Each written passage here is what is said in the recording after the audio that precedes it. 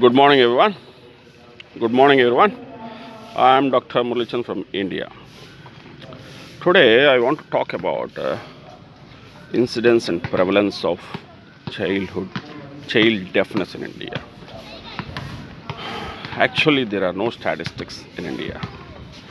Suppose if we take American statistics, it is out of 25 crores and 30 crores population, it is uh, 20,000 deaf children are born.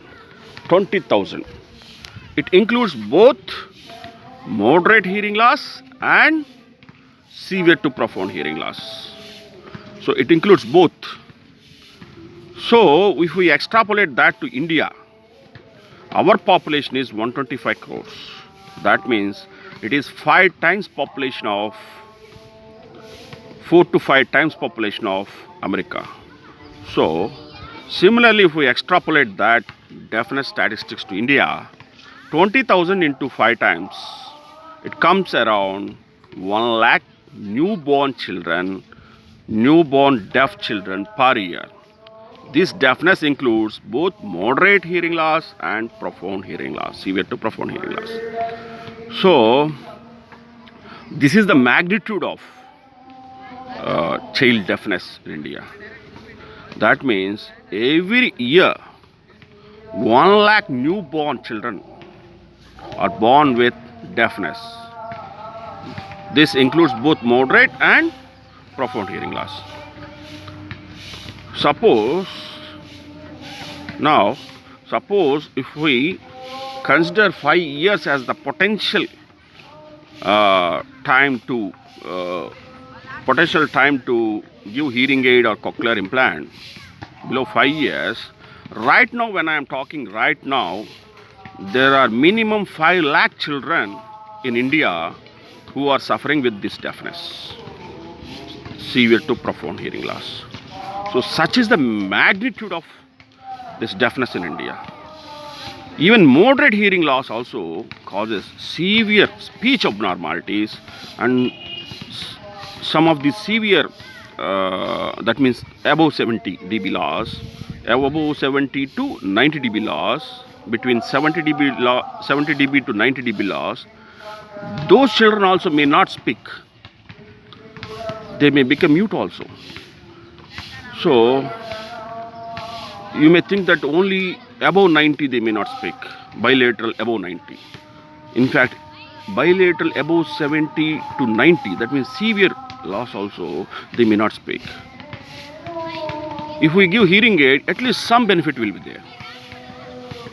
So this is the magnitude of hearing loss in children. So right now when I am speaking, there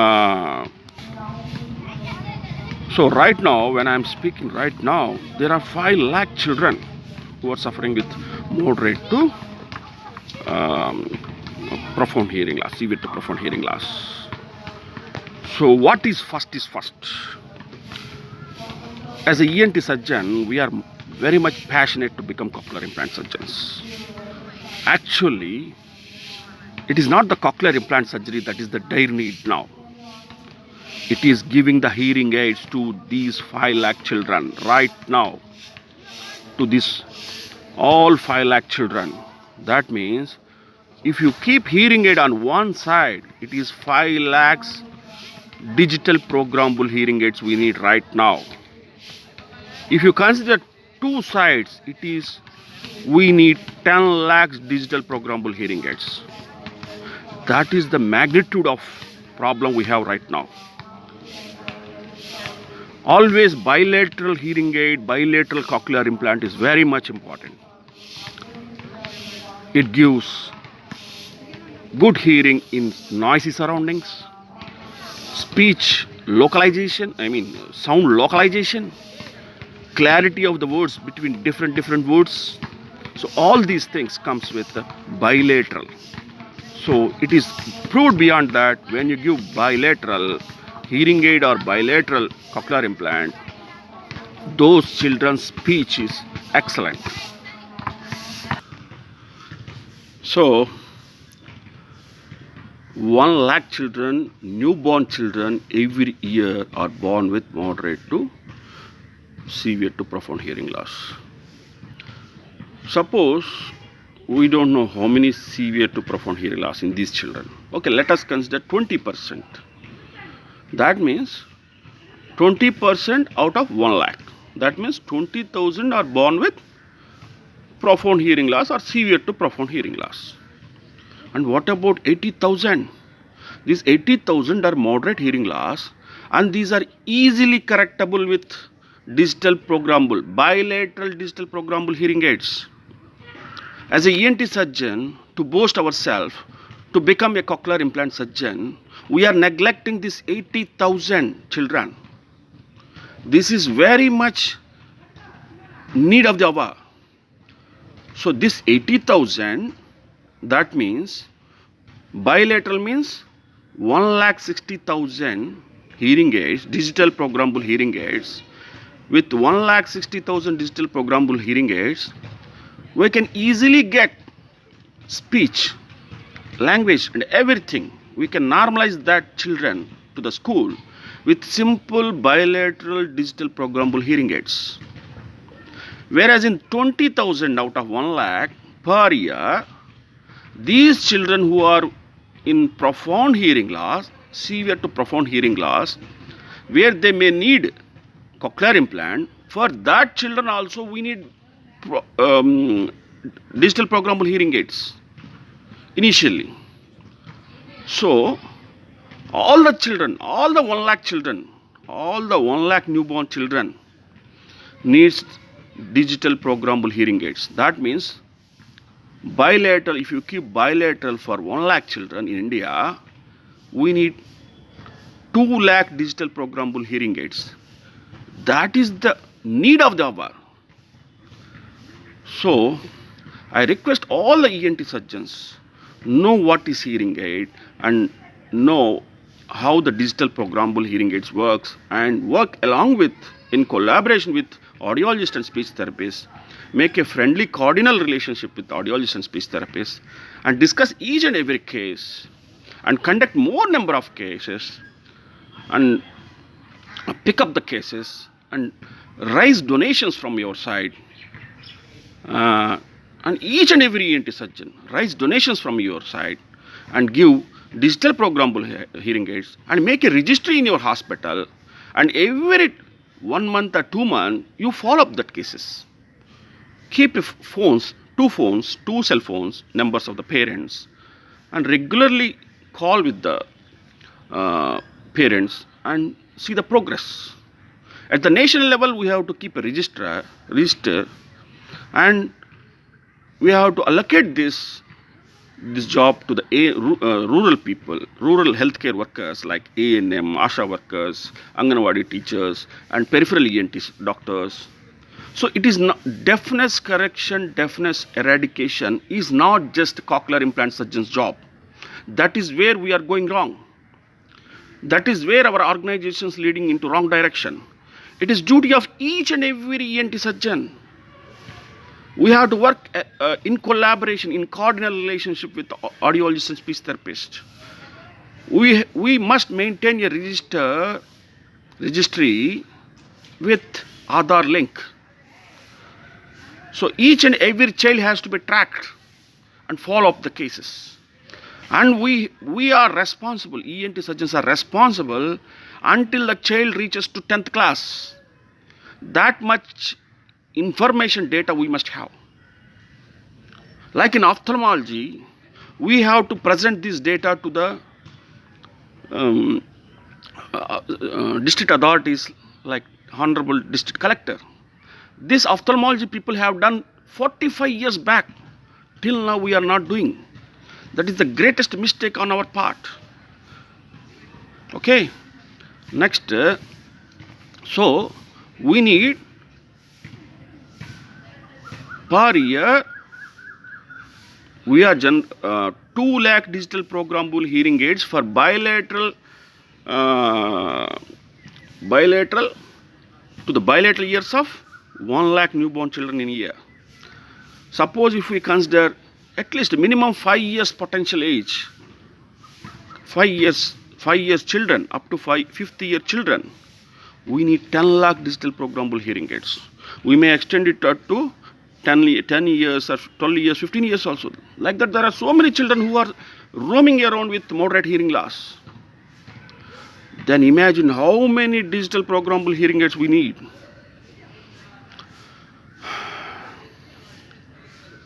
So,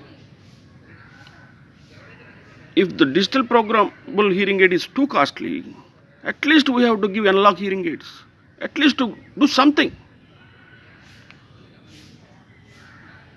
to preserve the cochleas. The very reason why I am keeping this video is, instead of boasting ourselves as cochlear implant surgeons, please understand, first we have to preserve the cochleas. First is first. If you don't keep hearing aids, that cochleas are dead. So please keep hearing aids to preserve the cochleas. That is request I am requesting each and every ENT surgeon. Don't neglect audiologists and speech therapists. You work along with them.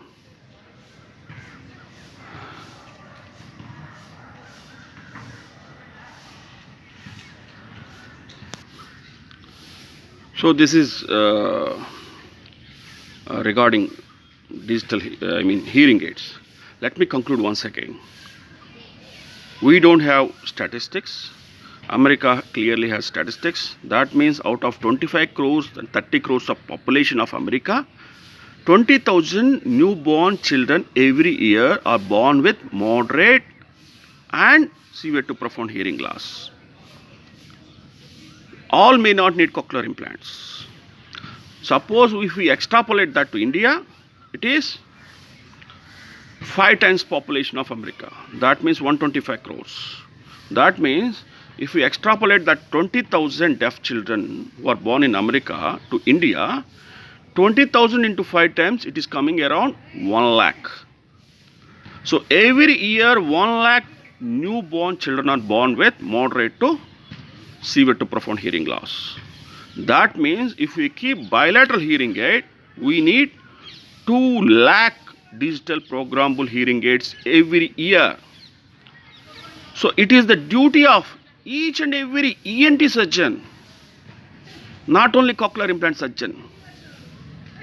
Don't think that we have to become cochlear implant surgeon, then only we will serve this deafness. It is the duty of cochlear implants, each and every ENT surgeon. So, in fact, I say each and every ENT surgeon must become a cochlear implant surgeon. Each and every hospital must become a cochlear implant center. That is our future goal. For the time being, whoever is not interested by self, whoever ENT surgeon is not interested by self, who doesn't want to become a cochlear implant surgical part, please make sure that pre-op evaluation, that means conducting camps, screening and giving hearing aids, and follow-up of AVT, whether they are developing speech and they are becoming regular, going to regular school, and how they are performing. So if you personally not interested in cochlear implant surgery, make sure these things happen, because out of 1 lakh, 80,000 children are easily correctable with hearing aids. So it is the duty of each and every ENT surgeon. So that is my conclusion. And another one small topic I want to cover. We are more focused to become a cochlear implant surgeons. But in fact, we are going in another direction. The actual pathway is tissue culture. I mean, stem cell therapy, PRPs. These sites, biologically can we correct this deafness? That is where we have to think. And officially, Dr. Ravi, orthopedician from Tiruchinappalli, southern part of India, he has taken permission from ICMR. He has done a lot of research on this stem cell therapy in orthopedics, hair transplantation, and several fields. And he recently he presented one case where the moderate hearing loss is correct. I mean, severe hearing loss is corrected. So you go to Tiruchi and meet Dr. Ravi and do official uh, official research how we correct this deafness with uh, stem cell therapy and all those things. Thank you.